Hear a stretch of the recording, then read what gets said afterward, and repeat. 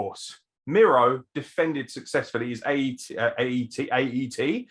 AEW, I'm excited, AEW TNT Championship against Eddie Kingston in a fucking whopper physical match. But it was kind of shrouded. It was a shame. The match itself was fine, but we both kind of feel that it was shrouded by the idiocy of the ends. All in all, how did you perceive this as an opener for the show?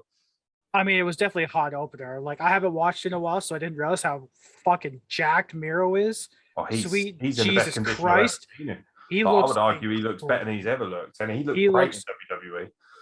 Incredible. I love Eddie Kingston. He looked great too in this match, but it gets towards the end. There's a bit of I hate the ref they had. Was it Frank Knox? Rick Knox. I called him Frank for some reason. I think he's shit. He's absolute shit. He's the worst referee I've ever seen. I know refereeing is a hard job. I understand that because they're the third guy in the ring. They help call spots, put everything together. I get that. This guy is an old man that's in the way. And he's not even that old. He looks old. He just I guess age wasn't kind to him. But he really took away from the ending for me. The match itself was still fine. The end, like you said, was a little convoluted, a little awkward. But Miro got the win in the end, and it was still fun, but just a little It was a great wrestling match with what we've come to really understand as the AEW booking syndrome, where they either book it perfectly or they book it like shit, and it was just so overbooked, and it just felt like there was. It wouldn't surprise me if there'd been a disagreement backstage as to how to finish this match. Maybe both guys, the big guys with, let's be honest, big egos, and rightfully so when you're in that position in the business. They might have had different ideas of how they saw the match playing out.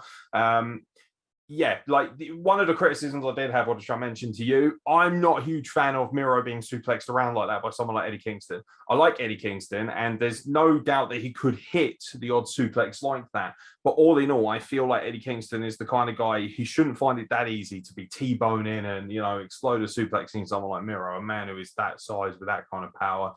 But the match itself was fine. I think Miro retaining is a good choice. I think it helps. It kind of validates his title run, even though the ending was so stupid and schmozzy. Rick Knox already had copped heat because he kind of missed the 3 count because he was too busy faffing around with the turnbuckle, which didn't seem like it was actually part of the plan. And then later on, he then gets in the way. And I said to you, I wouldn't normally mind that spot. And bearing in mind, ladies and gentlemen, this is probably the only real hypercriticism I have of the entire evening.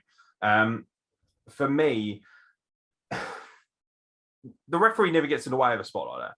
He doesn't physically stand and go, no, you can't use that. He'd be like, what are you doing? If you do use that, you'll get disqualified. So traditionally you're expecting someone else. And I know a lot of people would say, good for him, he should take the initiative and stand in the way. No, absolutely not. He's the referee. He's there to referee. He's not there to enforce his physicality.